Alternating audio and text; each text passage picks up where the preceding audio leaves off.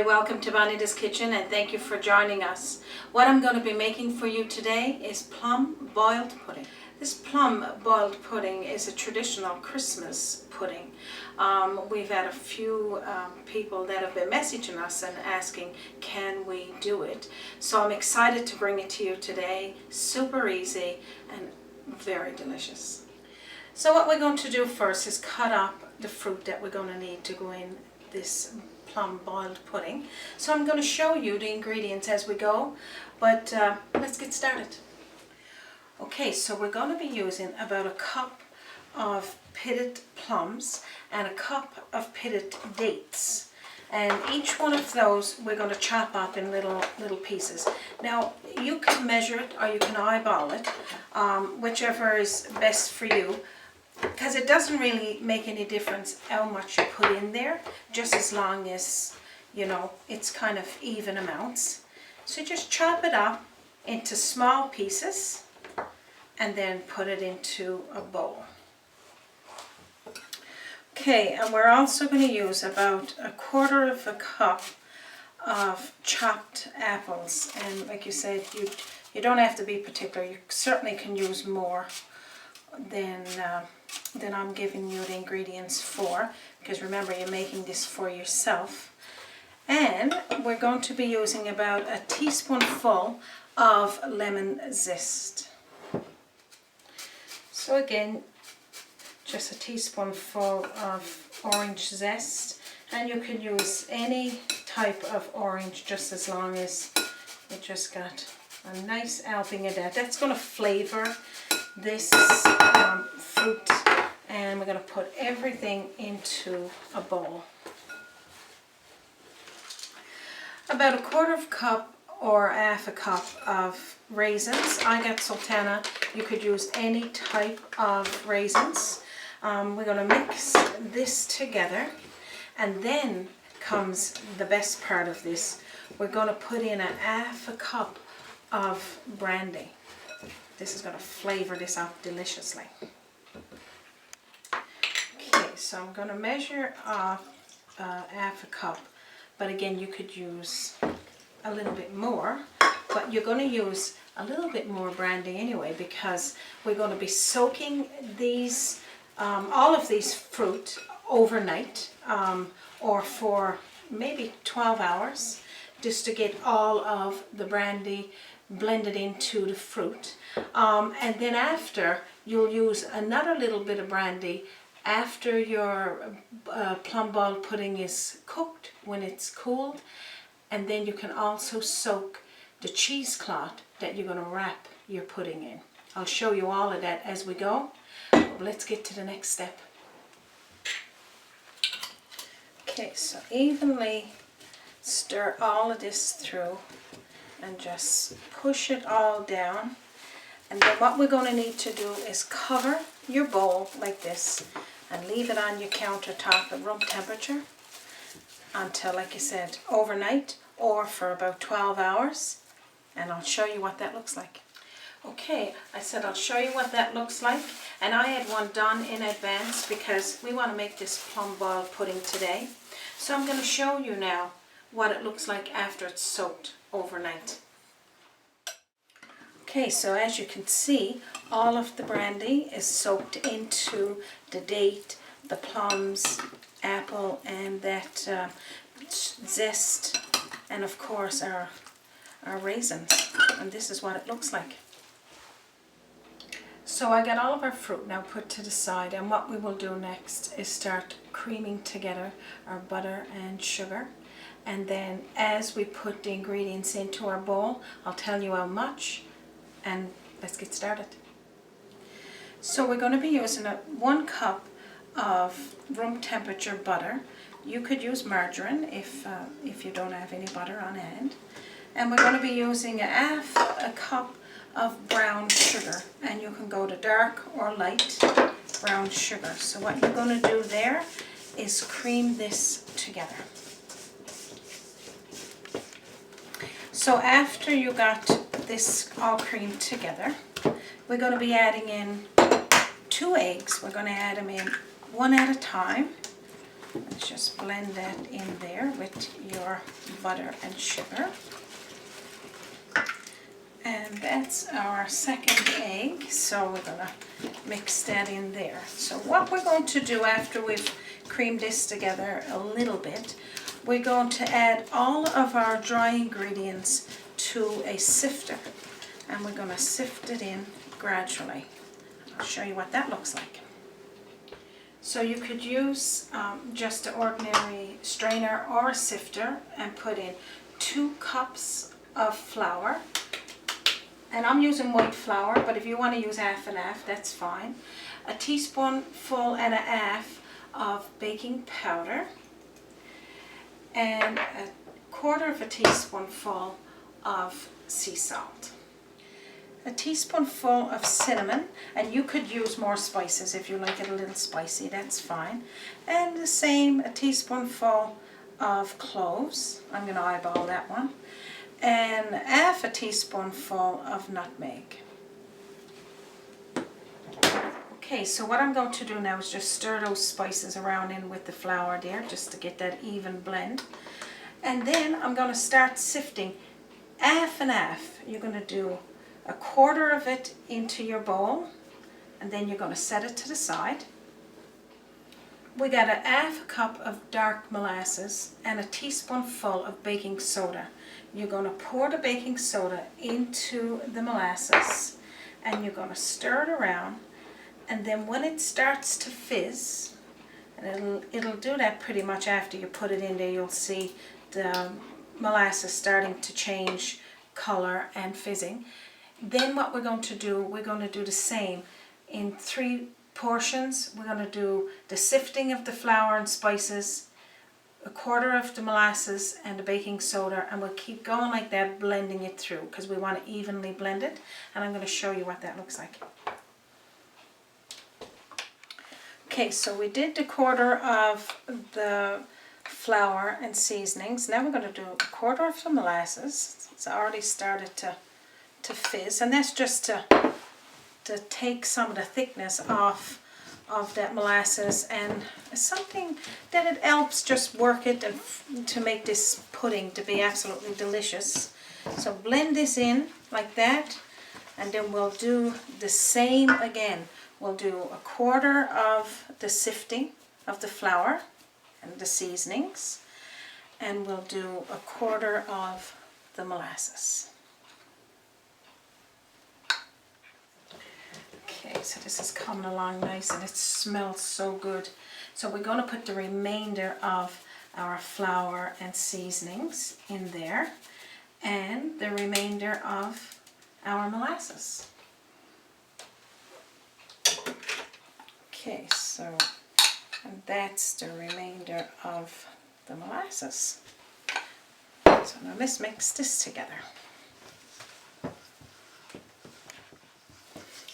This looks absolutely delicious, and feel free when you're making yours to taste it at this point, because all of those flavors are just too tempting not to taste it.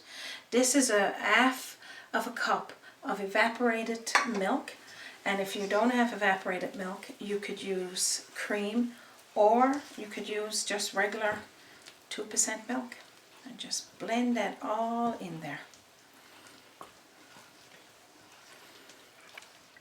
Now that all that's blended in there together, I'm using a spoon, but if you want to use a low-speed blender, that's entirely up to you, but only up to this point. When you add in your fruit, you got to use your spoon or spatula. So just take all of this fruit now and put it right into your bowl. Okay, so just scrape it all in there. And it smells so good. Absolutely delicious. So now what you're going to do is just fold all of this together. Okay, so now this looks absolutely delicious. So what I'm going to do now, I'm going to reach for my pudding tin and the pudding bag, and I'm going to show you what that looks like for our next step.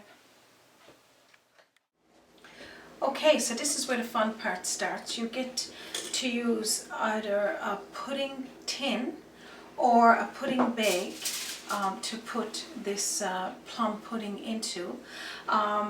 If you don't have a pudding tin, you could use a large tomato can, take the paper off it, clean it up well, put it into that, and then after, all I'm going to do is put the foil wrap over the top and tie the line around it anyway, and I'm going to show you what that looks like as we go. So first what I'm going to do is grease around the inside of my tin, because I don't want for this to stick when I'm ready to take it out of the water. So you pretty much just evenly put some butter or spray in there. So after you finish greasing your tin, we're going to start scooping in our plum pudding batter right into the tin. So start scooping it in there, and we won't be putting it all the ways to the top, because I want to show you as well what it what it looks like in the pudding bag. But evenly scoop nice helpings into your pudding tin until it gets to about this much.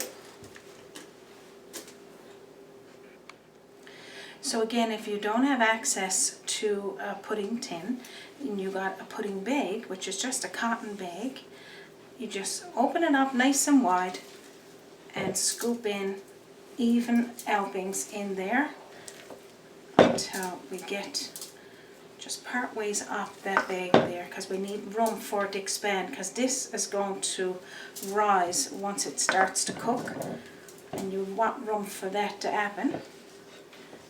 And this is what that looks like. Okay, so now that we got our pudding put into both areas, we're going to be taking some string, and this is just a thread, and we're going to tie the top of the bag, leaving about inch or two for it to grow or to rise, and then you just tie it nice and tight like this.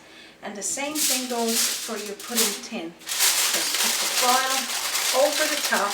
That's if you don't have already a pudding tin that got a lid. If you got a lid, you just lock it down, and then you just take your thread and tie as well to keep this on.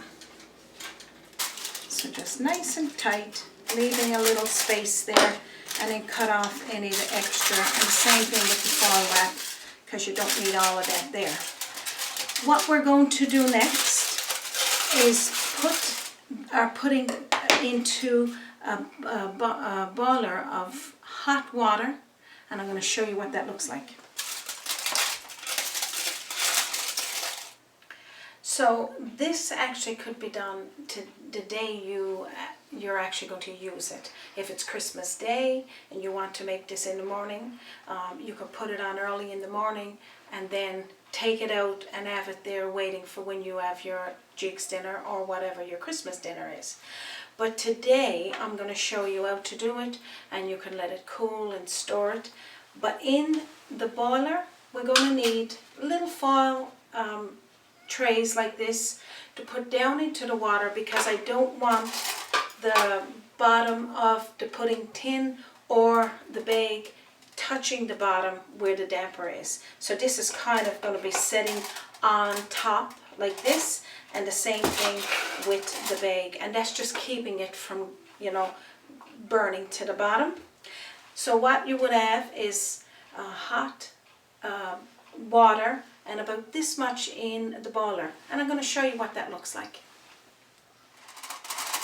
Okay, so we're going to take our pudding tin and put it right into the water on top of the foil tray. So you can see the pudding tin in there on top of that foil tray.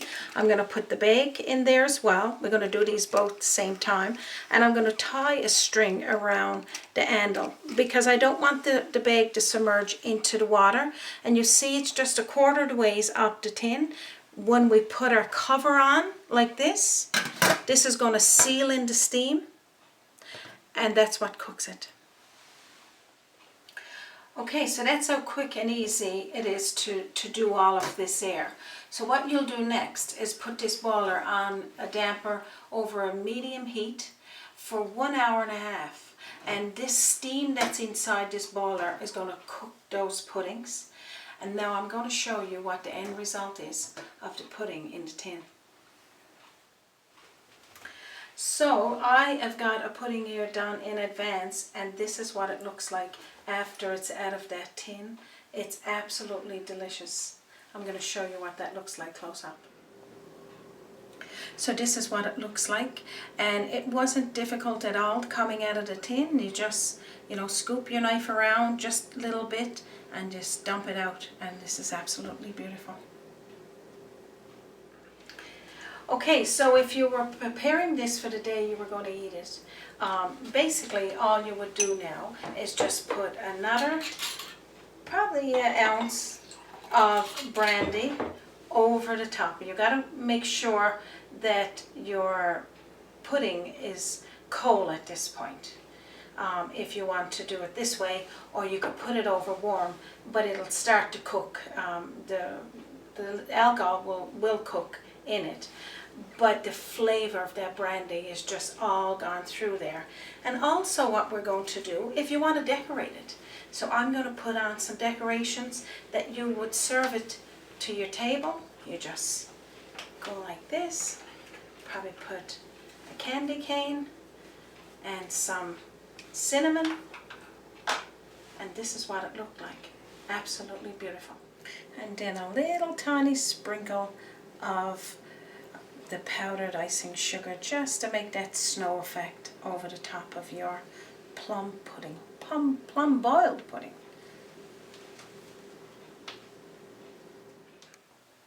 So traditionally you would serve this plum boiled pudding with your jigs dinner, but you can also serve it as a dessert.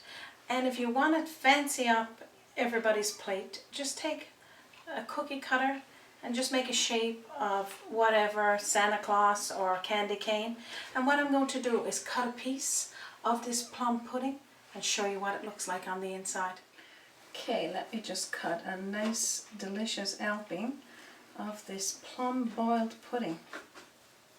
Okay, so I'm going to put a nice delicious helping, and you can see the inside, all of the dates, and you got the plum, and then your apple. I'm going to put a little bit of icing sugar or whipped cream over the top, and another little dash of powdered sugar. And this is what it looks like.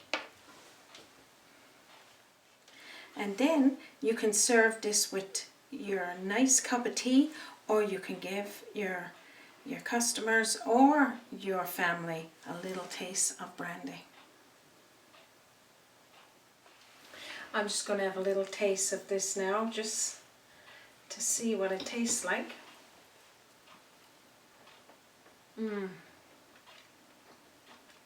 Absolutely delicious. So this is how quick and easy it is to make your own plum boiled pudding. So this recipe only took an hour and a half for it to boil at steam in the pot, and about a half an hour to prepare everything together, and then overnight soaking all of your fruits. And like you said, you can add more or you can add less, or you can eliminate the brandy altogether, but it do taste wonderful with the brandy. I like to thank the viewers that suggested this recipe, and for more recipes like this one, you can subscribe to my channel just up at the top right hand corner on YouTube. Just click the link and it'll prompt you to what you need to do. You can also visit me on my website www.bonitaskitchen.com, on my Facebook page, and also on Twitter. So thank you for joining me once again today for this episode of Plum Boiled Pudding. From my kitchen to yours, you have a wonderful day.